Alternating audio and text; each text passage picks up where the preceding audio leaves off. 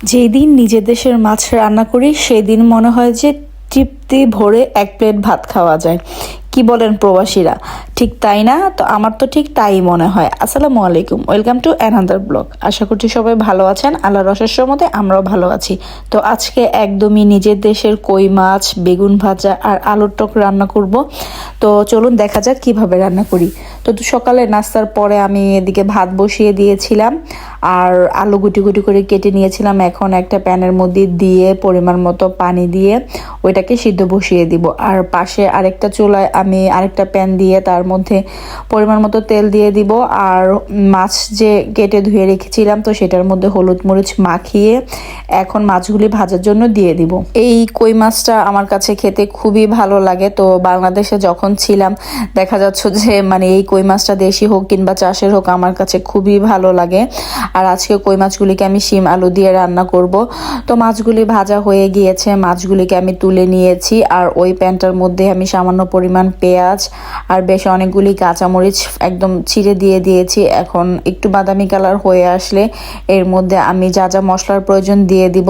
1 চামচের মতো আমি এখানে আদা রসুন পেস্ট দিয়েছি, 1 চামচ হলুদের গুঁড়া, 1/2 চামচ মরিচের গুঁড়া, 1/2 চামচ ধনিয়া গুঁড়া, 1/2 চামচ জিরা গুঁড়া আর পরিমাণ মতো লবণ দিয়ে সামান্য পরিমাণ পানি দিয়ে এখন এটাকে আমি কষিয়ে নিব। আর ওইদিকে আলুটাও মানে বলক চলে আসছে, তো তার মধ্যে আমি পরিমাণ মতো লবণ, হলুদ, মরিচ আর সামান্য পরিমাণ পেঁয়াজ দিয়ে দিয়েছি।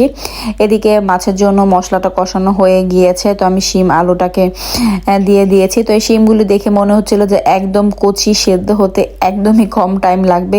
তো এটা জার্মানি একটা শিম ছিল, দেশি না আমাদের। তো শিমটা সেদ্ধ হতে বেশ অনেক টাইম লেগেছে, আমি অনেক টাইম নিয়ে হচ্ছে শিমটাকে কষাচ্ছিলাম। তো আলুগুলি একটু চিকন করে কেটে দিয়েছিলাম, দেখা যাচ্ছে যে কষাতে কষাতে আলুগুলি খুলে যাচ্ছে কিন্তু শিমগুলি সেদ্ধ হওয়ার কোনো নামই নিচ্ছে না। তো আগে এই শিমটা আমি ভর্তা করে খেয়েছি, মাছ দিয়ে কখনো আমার খাওয়া হয়নি, এই প্রথম টাইম হচ্ছে মাছ দিয়ে খাচ্ছি। তো একবার কষানোর পরে দেখলাম যে না, কোনো সেদ্ধ হচ্ছেই না। তো আমি আবার সামান্য পরিমাণ পানি দিয়ে আবার এটাকে কষাতে মানে বসিয়ে দিয়েছি যাতে আর একটু সেদ্ধ হয়। তো ঢেকে দিয়েছি। আর ওইদিকে ভাতটাও হয়ে গিয়েছে, ভাতটাকে আমি ঝরা দিয়ে ফেলেছিলাম। তো এই তো কষানো দেখুন একদম আলুগুলি নরম হয়ে গিয়েছে। দেন এর মধ্যে আমি পরিমাণ মতো মানে ঝোলের জন্য পানি দিয়ে আবার এটাকে সেদ্ধ বসিয়ে দিব। তো আমি কানে ধরেছি এটা দিয়ে, এই শিম দিয়ে আমি আর কখনোই মাছ রান্না করব না। দেখা যাচ্ছে যে ভর্তা করলে বেশ অনেক টাইম সেদ্ধ করার পরে ওইটাকে ব্লেন্ড করে আবার একটু বাগার করলে মানে খাওয়া ভালোই লাগে। তো এদিকে ডালটাও মানে টকটাও সেদ্ধ হয়ে গিয়েছে, আলুটা। তো এর মধ্যে আমি এখন বাগার করে দিব পেঁয়াজ আর হচ্ছে এখানে দিয়েছি পেঁয়াজ, শুকনা মরিচ, রসুন আর সরিষা। এখন সামান্য পরিমাণ তেঁতুল আর ধনেপাতা দিয়ে এটাকে একটু ব্লেন্ড করে দেবে হ্যান্ড ব্লেন্ডার দিয়ে।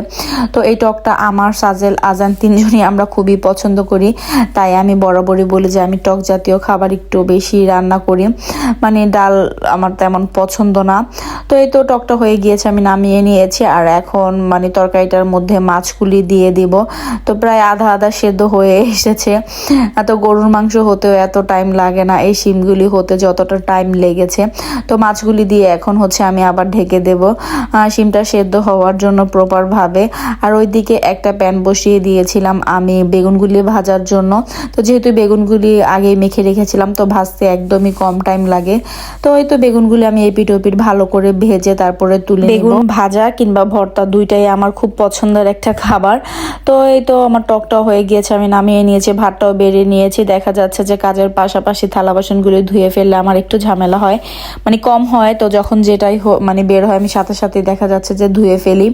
তো এখন মাছের মধ্যে আমি সামান্য পরিমাণ ভাজা জিরার গুঁড়া দিয়ে দিয়েছি আর লাস্টে হচ্ছে ধনেপাতা দিয়ে দিব। তো আজকে একদমই সিম্পল খাবার ছিল। যাই হোক, আজকে ছোট্ট একটা ভিডিও, আশা করি আপনাদের ভালো লাগবে। যদি ভালো লেগে থাকে তাহলে অবশ্যই একটি লাইক দিবেন। আর ভিডিও সম্পর্কে কোনো মন্তব্য থাকলে অবশ্যই আমাকে কমেন্ট করে জানাবেন। ফেসবুক থেকে দেখে থাকলে অবশ্যই ফেসবুক পেজটিকে ফলো করে দিবেন। আর ইউটিউব থেকে দেখে থাকলে অবশ্যই ইউটিউব চ্যানেলটিকে সাবস্ক্রাইব করে দিবেন। ভিডিওটি দেখতে দেখতে যদি ভালো লেগে যায় প্লিজ ভিডিওটিকে শেয়ার করে দিতে পারেন যাতে অন্যান্য মানুষ দেখতে পারে।